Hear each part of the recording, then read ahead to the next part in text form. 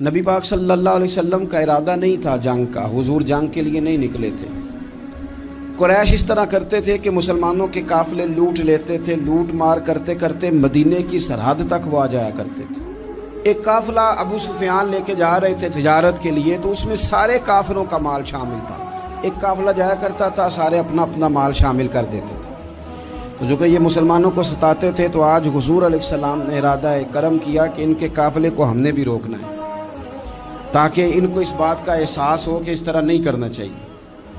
اس قافلے کے لیے نبی پاک صلی اللہ تعالی علیہ وسلم نکلے، جنگ کا تو ارادہ ہی نہیں تھا۔ 313 لوگ حضور کے ساتھ تھے، اور سواریوں کی تعداد اس طرح کی تھی کہ بعض اوقات ایک ایک سواری پر 3 لوگ سوار تھے، تو 2 آدمی سوار ہوتے تھے، تیسرا پیدل چلتا تھا۔ اور قربان جائیں، حضور علیہ السلام کی مساوات کا یہ عالم تھا کہ نبی پاک تھے، حضرت مولا علی تھے اور جناب زید تھے۔ 2 سوار ہوتے تھے، ایک پیدل چلتا تھا۔ جب 2 غلاموں کے سوار ہونے کی باری تھی، آقا کے پیدل چلنے کی باری تھی، تو حضرت علی نے اور جناب زید نے عرض کی، حضور آپ بیٹھ جائیں، ہم پیدل چلتے ہیں۔ حضور فرمانے لگے، نہ تمہارے اندر طاقت زیادہ ہے اور نہ تمہیں ثواب کی ضرورت زیادہ ہے۔ مجھے اللہ نے طاقت بھی زیادہ دی ہے اور میں ثواب سے بھی مستغنی نہیں ہوں، لہذا تم اگر پیدل چل سکتے ہو تو میں بھی پیدل چلوں گا میں بھی پیدل۔ یہ چیز مساوات پیدا کرتی۔ حضور اس طرح جا رہے تھے۔ ابو سفیان بڑے تیز آدمی تھے، جب پتہ چلا نا کہ مسلمان حملے کے ارادے سے آ رہے ہیں، تو ایک بندہ جلدی سے دوڑایا، مکے جا کے بتاؤ تم سب کا مال میرے پاس ہے، تو مسلمانوں نے حملہ کر دیا۔ خود اس طرح کیا کہ جس رستے سے وہ جا رہے تھے وہ رستہ بدل کے رستہ کوئی اور اختیار کر لیا۔ قافلہ بھی بچ کے نکل گیا۔ اہل عرب کا طریقہ تھا ایمرجنسی اعلان کرنے کا، ہمارے ہاں بھی طریقہ ہے، بریکنگ نیوز ہے نا جی، چور آ گیا، پھر وہ کئی دفعہ صحیح بھی آتا ہے تو لوگ یقین نہیں کرتے۔ ہر شے کی تو بریکنگ نیوز ہے، اور کھولیں تو بیچ میں سے کچھ بھی نہیں نکلتا، نیری نیوز بھی نہیں نکلتی، بریکنگ کیا نکلنی ہوتی۔ اس لیے میں کہتا ہوں کہ میڈیا کی ہر بات کو تسلیم نہ کر لیا کریں، سوشل میڈیا پہ چلنے والی ہر خبر کو نہ مان لیا کریں۔ یہاں تو اتنا عجیب حال ہے، ہمارے ایک بزرگ عالم دین ہے، بیچارے پچھلے دنوں وضاحت دے رہے تھے، خود بیٹھ کے کہہ رہے تھے وہ میں زندہ ہوں بھائی، کسی نے میڈیا پہ خبر دے دی کہ میں فوت ہو گیا ہوں۔ وہ کہہ رہے تھے مہربانی کرو مجھے سونے دو، سارا دن ٹیلی فون آتے ہیں اور لوگ مجھے ہی فون کر کے میری تعزیت کا پوچھنے لگ جاتے ہیں۔ تو اس طرح نہ کریں، کیا صرف تھوڑا سا میڈیا چلانے کے لیے جھوٹ بولا جائے گا؟ بہرحال انہوں نے جو بندہ بھیجا تو بریکنگ نیوز کا وہاں بھی ایک طریقہ تھا۔ اونٹ کے کان ناک کاٹ دیتے تھے، اپنے کپڑے پھاڑ لیتے تھے۔ اب اونٹ بڑے زور سے چلاتا تھا، جب اس کا ناک کٹ جاتا تھا، اونٹ چلاتا تو لوگ گھروں سے نکل آتے۔ اب وہ جو بندہ ابو سفیان نے بھیجا تھا، اس نے جا کے اپنے اونٹ کے ناک کان کاٹ دیے۔ لوگ دوڑے، باہر نکلے، پوچھا کیا ہوا، تو اس نے کہا نکلو تمہارا تو مال سارا لوٹنے لگے مسلمان۔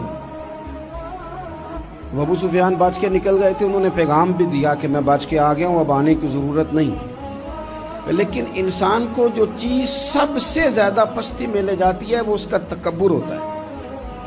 تو مینوں جانتا ہی نہیں، تجھے میرا پتہ ہی نہیں، یہ لے ڈوبتی ہے چیز لوگوں۔ انہیں بھی لے ڈوبی، انہوں نے کہا جی اب نہیں واپس جانا، اب چلو۔ 1000 کا لشکر، گانے بجانے والی عورتیں ساتھ، شراب کے مٹکے ساتھ، 10 اونٹ روز ذبح ہو رہے ہیں، سردار دعوتیں پکا رہے ہیں، گوشت بھونا جا رہا ہے۔ بدر میں پہنچ گئے، مسلمان بھی 313 پہنچ گئے۔ یہ ساری رات شرابیں پیتے، وہ ساری رات سجدے کرتے، یہ ناچ گانے سرور کی محفلیں سجتی، اور وہ رسول پاک کی تقریر سنتے، حضور کے خطبات سے فیض یاب ہوتے۔ عمیر بن وہب کو بھیجا ابو جہل نے کہا پتہ کر کے آؤ بندے کتنے۔ اس نے جا کے کہا کہ 312 313 310 اتنے۔ کہنے لگا جنگ کیا کرنی ہے، ان کو سویرے اونٹوں کی پشتوں پہ باندھ کے لے جائیں گے، مکے جا کے دیکھیں گے کیا کرنا ہے۔ یہ تکبر ہے نا۔ تو عمیر بن وہب کہنے لگا ہیں 312 ہیں 313، میرے اندازے میں 310، لیکن ایک کا بھی واپس جانے کا ارادہ کوئی نہیں۔ میں نے جس کو بھی دیکھا ہے شہادت کی دعا مانگتے دیکھا ہے، ارادہ بڑا پکا لے کے آئے، شہادت ہے مطلوب و مقصود مومن، نہ مال غنیمت نہ کشور کشائی۔ نبی پاک صلی اللہ علیہ وسلم نے جب دیکھا نا کہ وہ تو جنگ کے لیے آن پہنچے ہیں اور ارادہ تو قافلے کا تھا، تو حضور نے صحابہ سے مشورہ کیا. نبی پاک علیہ الصلوۃ والسلام نے ہمیں بتایا کہ چیزیں مسلط نہ کرو. ہم نہ اپنا مسلط کرتے ہیں، یعنی تراویح پڑھنے والا بندہ دوسروں کو بڑا گھورتا ہے کہ تو کیوں نہیں پڑھتا، بھئی تو پڑھ رہا ہے نا تو اللہ سے دعا کر یہ بھی پڑھے، لیکن اپنا مسلط نہ کر، دعوت دے، تبلیغ کر. نفل پڑھنے والا سب کو گناہگار ہی سمجھنے لگ جاتا ہے. عصر کی پہلی 4 سنتے تو کیوں نہیں پڑھتا، تو کیوں. بھئی آپ مسلط کریں گے، آپ رائے دیں اور رائے دے کے سائڈ پہ ہو. مسلط کرنے کی تو اجازت نہیں. حضور کا تو حکم چل سکتا ہے نا، چلتا ہے نا. لیکن حضور نے بھی صحابہ سے پوچھا بھئی وہ تو لڑنے آ گئے ہیں، اب کیا کرنا ہے؟ تو حضرت صدیق اکبر کہنے لگے حضور کرنا وہ ہے جو آپ نے فرمانا ہے. حضرت عمر کہنے لگے حضور تلواروں کو تو زنگ لگ گیا ہے. اور جناب علی شیر خدا مرتضی مشکل کشا غل عطا مولا کائنات فرمانے لگے حضور علی اور تلوار یہ تو رشتہ ہی بڑا پرانا ہے، تیاری کریں. حضور کا خیال تھا کہ انصار بھی تو بولے نا، یہ تو سب مہاجرین بول رہے ہیں. انصار کو جب سمجھ آئی نا کہ اشارہ ہماری طرف ہے تو حضرت سعد بن عبادہ اٹھے، کہنے لگے حضور آپ کا اشارہ ہماری جانب ہے؟ فرمایا ہاں. کہا یا رسول اللہ صلی اللہ علیہ وسلم خشکی پہ بھی لڑیں گے اور دریا میں بھی لڑیں گے. حضور انسانوں سے بھی لڑیں گے اور آپ حکم دیں گے تو جنوں سے بھی لڑیں گے. وہ بیٹھے تو حضرت مقداد اٹھے اور کمال کر دی، کہنے لگے یا رسول اللہ آپ ہم سے ارادہ پوچھ رہے ہیں؟ ہم کوئی حضرت موسیٰ کی قوم ہے جو اپنے نبی سے کہہ دیں گے آپ لڑیں اور آپ کا خدا لڑے؟ سونیا ہم آپ کے ساتھ لڑیں گے اور آپ کے قدموں پہ جانیں بھی قربان کریں گے. نبی کا حکم ہو تو کود جائیں ہم سمندر میں اور جہاں کو محو کر دیں نعرہ اللہ اکبر میں. نہتے 313 بشر شوق شہادت میں نکل آئے تھے میدان میں محمد کی قیادت میں. نہ تیغ و تیر پہ تکیا، نہ خنجر پہ، نہ بھالے پر، بھروسہ ہے تو ایک سادی سی کالی کملی والے پر. نبی پاک صلی اللہ تعالیٰ علیہ وسلم نے جذبات سنے تو فرمایا چلو نہ چلیں پر چھوٹے چھوٹے بچے واپس کر دو. ایک چھوٹے بچے تھے عمیر بن ابی وقاص، حضرت سعد بن ابی وقاص کے بھائی، زمین پہ لیٹ کے رونے لگے سونیا میں نے بھی جانا ہے. کمپیوٹر کے لیے نہیں رو رہے، موبائل کے لیے نہیں رو رہے، نئی سائیکل کے لیے نہیں، شہادت کے لیے. حضور میں لڑوں گا اب مجھے لے کے تو چلیں. یا رسول اللہ میں طاقتور نکلوں گا، لے کے تو چلیں. ان کے آنسو دیکھ کے حضور نے فرمایا لے چلو نا ساتھ. فطرت مسکرا رہی تھی. حضرت سعد بن عبادہ ایک دوسرے سے کہہ رہے تھے ہم سے لڑنے آیا ہے ابو جہل. جس قوم کے بچوں کی شجاعت کا یہ عالم ہے اس قوم میں علی کا کیا حال ہوگا اور امیر حمزہ کا کیا عالم ہوگا. یہ ہمارے ساتھ مقابلہ کریں گے یہ لوگ. اور چھوٹے اتنے تھے حضرت عمیر کے تلوار اپنے ہاتھوں سے اپنے گلے میں نہیں لٹکا سکتے تھے، وہ بڑے بھائی نے لٹکائی. میدان میں نکلے، حضور علیہ الصلوۃ والسلام نے تقریر کی. فرمایا تمہیں پتہ ہے تم کس جنت کی جانب جا رہے ہو؟ وہ جنت ہے جس کی چوڑائی زمین آسمان کے برابر ہے. حضرت عمیر بن حمام انصاری ایک صحابی تھے. جب کریم نے فرمایا نا جنت کی چوڑائی، کسی چیز کی لمبائی زیادہ ہوتی ہے چوڑائی کم ہوتی ہے، جب فرمایا نا کہ چوڑائی زمین آسمان کے برابر ہے تو حضرت عمیر بولے، کہنے لگے واہ واہ واہ واہ واہ. کھجوریں کھا رہے تھے. حضور نے فرمایا تو بڑی واہ واہ کر رہا ہے، کہ سونیا اتنی جنت پیاری ہے تو ہم دور کیوں ہیں، یہ دینا ذرا تلوار. جلدی سے میدان میں نکلے، اللہ نے انہیں شہادت عطا فرمائی. رات ساری وہ مست رہے شراب کے نشے میں اور حضور ساری رات مصلی پہ رہے، ساری رات دعائیں مانگی. پتہ کیا کہا؟ اے اللہ یہ میری کل کمائی تھی 313 جو میں لے کے آ گیا ہوں، اگر یہ ہلاک ہو گئے تو قیامت تک کون تیری عبادت کرے گا، ان کی مدد فرما. اور ایک رات پہلے صفیں بھی سیدھی کرائیں، بلکہ صفیں سیدھی کراتے حضرت سواد کے پیٹ پہ چھڑی لگ گئی تو انہوں نے کہا حضور بدلا دیں. حضور نے کپڑا ہٹایا تو انہوں نے وجود چومنا شروع کر دیا. حضور نے ہمیں سبق دیا کہ صفیں بھی سیدھی کرانی ہے اور دعائیں بھی کرانی ہیں. صف بھی سیدھی ہو، مصلی بھی آباد، دونوں کام کرنے. اور پھر توکل ہو، پھر تمہارا دل جمے کہ انشاءاللہ فتح اللہ مسلمانوں کو دے گا. رونے نہ رویا کرو, معیشت کے, معاشرت کے, غریبی کے, تنگ دستی کے, فقیری کے رونے نہ رو. اللہ کی مدد کو آواز دو. ہم نے وہ لوگ بھی دیکھے ہیں بیچارے جو نہ اسلامی معیشت پہ بات کرتے ہیں, نہ معاشرت پہ, نہ اخلاقیات پہ, اور جب بھی بات کریں گے کہیں گے حضور کو تو علم ہی کوئی نہیں تھا, قاری کچھ نہیں سکتے, مجبور محض تھے معاذ اللہ. یہ تقریریں کریں گے. یہ مسلم شریف کی حدیث ہے, کوئی اختلاف والی بات نہیں, پر بعض اوقات نا دل کو تکلیف ہوتی ہے کہ یار اس طرح کی باتیں کیوں کرتے ہو. یہ مسلم ہے. حضرت انس بن مالک فرماتے ہیں ایک رات پہلے حضور نے چھڑی پکڑی اور میدان بدر میں جا کے فرمایا, لکیر کھینچ کے فرمایا یہاں ابو جہل مرے گا, یہاں عتبہ مرے گا, یہاں شیبہ, یہاں ولید مرے گا. حضور نے لکیریں کھینچی. فرماتے ہیں باقی لوگ جنگ لڑ رہے تھے اور میں چپ کے لکیریں بھی دیکھ رہا تھا کہ حضور نے لگائی تھی. فرماتے ہیں اللہ کی عزت کی قسم کوئی کافر ایک انچ بھی ادھر ادھر نہیں ہوا, جہاں نبی پاک نے لکیر لگا دی تھی وہیں مرا ہے. یہ شان اللہ نے حضور کو دی ہے, حضور کے علم مبارک کا یہ کمال ہے. نہ اس طرح کی باتیں کریں جس سے امت تقسیم ہو. سویرے جنگ شروع ہوئی, صبح 3 کافر میدان میں نکلے, عتبہ, شیبہ اور ولید.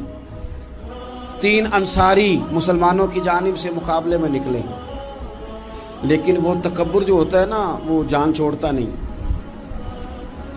تو ولید کہنے لگا, عتبہ شیبہ کہنے لگے ہم نے نہیں ان سے لڑنا, یہ تو ہمارے پائے کے ہی نہیں, کوئی قریش میں سے بھیجو, قریش میں سے. آپ نے کون سا ناراض ہونا ہے, ویسے چودھریوں کے بچے, سیٹھوں کے بچے کچھ بھی نہیں کر پاتے, کیونکہ ساری زندگی لوگ چودھری صاحب کہہ کے دماغ ہی نہیں ٹھیک ہونے دیتے, وہ رہ جاتا ہے کام سے ہی. میرے حضرت صاحب فرمایا کرتے تھے, میرے استاد جی, کسی گھر میں علم چلا جائے تو کئی دفعہ نکل آتا ہے, لیکن کسی گھر میں پیری مریدی چلی جائے وہ نہیں نکلتی, کیونکہ پیر کا بیٹا جس طرح کا بھی ہو لوگ پیر مان ہی لیتے ہیں. اور اسی طرح کسی گھر میں چودراہٹ چلی جائے تو وہ بھی باہر نہیں آتی. بچوں کو لوگ چودھری کہہ دیتے ہیں, وہ اس بیچارے کا بھی دماغ خراب ہوتا ہے, کچھ کر ہی نہیں پاتا. یہ چودراہٹ ہر جگہ مصیبت کھڑی کرتی ہے الا ماشاء اللہ. ولید کہنے لگا ہم نے نہیں لڑنا, یہ ہمارے پائے کے بندے پہ جو انصاریوں سے لڑے. تو فطرت مسکرا کے کہہ رہی تھی لگتا ہے تمہارا جلدی مرنے کا ارادہ ہے. ٹھیک ہے, پھر نبی کریم نے فرمایا ٹھیک ہو گیا, چلو. ابو عبیدہ بن جراح اٹھے, حضرت عبیدہ اٹھے. حضور نے فرمایا اب اللہ کا شہر امیر حمزہ اٹھے. حضرت امیر حمزہ اٹھے. تیسرے نمبر پہ حضور نے فرمایا یا علی کم, علی اٹھنا جار, ذرا نکلنا میدان میں. دیواریں ہلتی رہتی ہیں اور در کانپ جاتا ہے, علی کا نام سن کے اب بھی خیبر کانپ جاتا ہے. حضرت علی شیر خدا رضی اللہ تعالیٰ, مولا کائنات اٹھے, حضرت امیر حمزہ اٹھے, حضرت عبیدہ اٹھے. عتبہ کے مقابلے میں گئے, حضرت امیر حمزہ قتل کیا اپنے دشمن کو. شیبہ کے مقابلے میں گئے حضرت عبیدہ, لیکن حضرت عبیدہ بوڑھے تھے, اس نے ان پہ حملہ کیا, ان کا پیر کاٹ دیا. حضرت علی نکلے ولید کے مقابلے میں, 2 ہی ضربیں لگائیں, ولید کا سر کاٹ کے حضرت عبیدہ کی مدد کو بھی پہنچ گئے حضرت علی, اس کو بھی قتل کیا. پھر حضرت عبیدہ کو اپنے کندھوں پہ اٹھایا, نبی پاک کی بارگاہ میں لائے. انہوں نے حضور کے قدموں کو چوم کے کہا حضور مجھے شہادت ملی کہ نہیں ملی؟ تو نبی پاک نے فرمایا رب نے تمہیں شہادت کا درجہ دے دیا. اب میدان میں جہاد شروع ہوا, لڑائی شروع ہوئی, لوگ نکلے. حضرت زبیر بن عوام بھی برچھی لے کے. ایک کافر نکلا, آس اس کا نام تھا, وہ سارا لوہے کا لباس پہن کے آ گیا, صرف آنکھیں نظر آ رہی, بڑے مسلمانوں کو زخمی کر رہا تھا. اب کیسے لڑیں اس کے خلاف؟ تو حضرت زبیر بن عوام کے ہاتھ میں برچھی تھی, بس آنکھیں نظر, اتنی زور سے اللہ اکبر کہہ کے برچھی ماری نا کہ اس کا آپ نے گلا ہی کاٹ کے رکھ دیا. ہر چیز اس کے دماغ سے باہر نکل آئی, زمین پہ تڑپا. وہ برچھی اتنی پسند آئی نبی پاک کو. حضور کو صرف تسبیح پسند نہیں آتی, برچھی بھی پسند آتی ہے. حضور کو صرف تلاوت والا مومن نہیں, جہاد والا بھی پسند آتا ہے. اصل پتہ مسئلہ کیا ہے کہ مسلمان نا ایک چیز دیتے ہیں پھر اسی کا شکار اور دوسری کو چھوڑ دیتے ہیں. دین ہمہ پہلو ہے, آپ سجدے کی بات بھی کریں, جہاد کی بھی کریں, دونوں دین ہیں. اور یہ یاد رکھیں کہ اسی سے مسلمان مضبوط ہوتا ہے. حضور کو برچھی اتنی پسند آئی کہ آپ کو بخاری میں ملے گا, نبی پاک نے برچھی لے کے بطور یادگار کے اپنے پاس رکھ لی. پھر وہ برچی حضرت صدیق اکبر کے پاس رہی، پھر وہ برچی حضرت عمر کے پاس رہی، پھر حضرت عثمان کے پاس رہی، پھر مولا علی کے پاس رہی۔ میں ان لوگوں کو کیا کہوں جنہوں نے مکے مدینے میں نبی پاک کی یادیں مٹا دی۔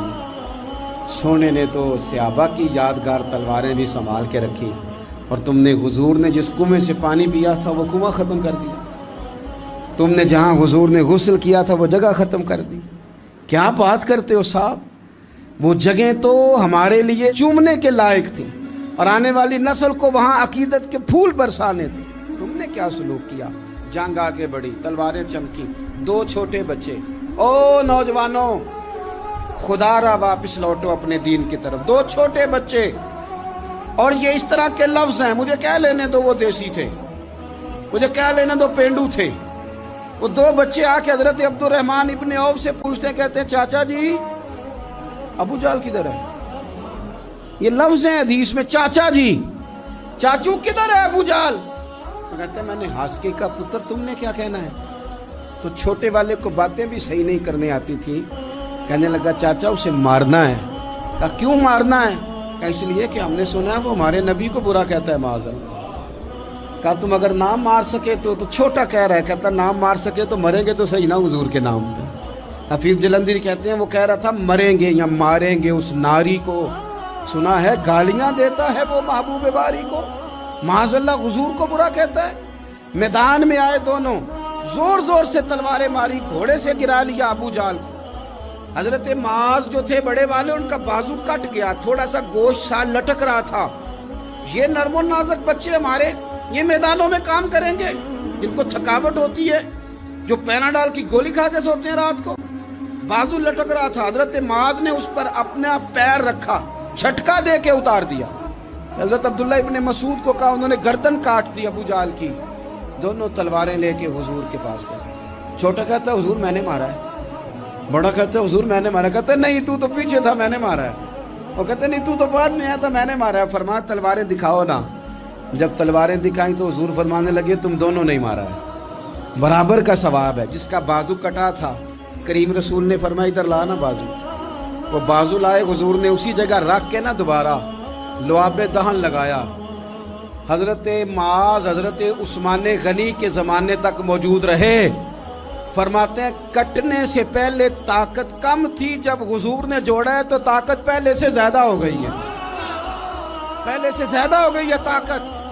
کہتے ہیں کہ نبی پاک سید عالم صلی اللہ علیہ وسلم کی خدمت میں حضرت عکاشہ آئے، کہنے لگے سونیا میرے جذبات کنٹرول میں نہیں آ رہے، میں ان بے ایمانوں کے گلے کاٹوں گا، پر میرے پاس تلوار ہی کوئی نہیں، کوئی تلوار ہو تو ماروں نا۔ ایک درخت کی جڑ تھی، ٹہنی تھی، حضور نے یوں کر کے کھینچی، فرمایا یہ لینا تلوار۔ کہتے ہیں وہ حضور کے ہاتھوں میں ٹہنی تھی، میرے ہاتھوں میں آتی گئی اور تلوار بنتی گئی۔ پھر اس سے کافر کاٹے حضور کے معجزات۔ 5000 فرشتہ بھیجا اللہ نے جنگ بدر میں۔ کتنے؟ یہ میں نے بات اس لیے بیان کی ہے کہ اقبال نے ایک مشورہ دیا، کہتے ہیں تو فضائے بدر تو پیدا کر، فرشتے تیری نصرت کو اتر سکتے ہیں گردوں سے، کتار اندر کتار اب بھی۔ اقبال کیوں ایسا کہہ رہا ہے؟ تو اقبال کہتے ہیں اس لیے کہ آج بھی ہو اگر ابراہیم کا ایمان پیدا تو آگ کر سکتی ہے انداز گلستاں پیدا۔ 5000 فرشتہ آیا۔ مجھے تو لگتا ہے فرشتوں نے بھی دعا کی تھی کہ یا اللہ ہم تیرے نبی کی قیادت میں لڑنا چاہتے ہیں۔ فرشتے آئے، سپر پاور تھی روما، بڑی طاقتور سمجھتی تھی، ایران، روم، یہ کیسر و کسرا، بڑی طاقتیں تھیں۔ عرب کے لوگ تو بوریا نشین تھے، صحراؤں میں نکل کے انہوں نے الٹ پلٹ کے نہیں رکھ دی سارا کچھ۔ علامہ اقبال سے کسی نے پوچھا تھا کہ مسلمان دوبارہ سے کبھی میدانوں میں آئیں گے؟ تو اقبال کہنے لگے ہاں ہاں ضرور آئیں گے، آئیں گے، یہ نکلیں گے۔ کیا کس طرح؟ کہنے لگے میں نے فرشتوں سے سنا ہے، نکل کے صحرا سے جس نے روما کی سلطنت کو الٹ دیا تھا، نکل کے صحرا سے۔ قدسی کہتے ہیں فرشتوں کو، اقبال کہتے ہیں رات وہ باتیں کر رہے تھے، میں نے سنا ہے کہ نکل کے صحرا سے جس نے روما کی سلطنت کو الٹ دیا تھا، سنا ہے میں نے یہ قدسیوں سے کہ وہ شیر پھر ہوشیار ہوگا، وہ جاگے گا، وہ بیدار ہوگا۔ یہ قدسیوں سے سنا ہے میں نے، وہ آئے گا میدانوں میں۔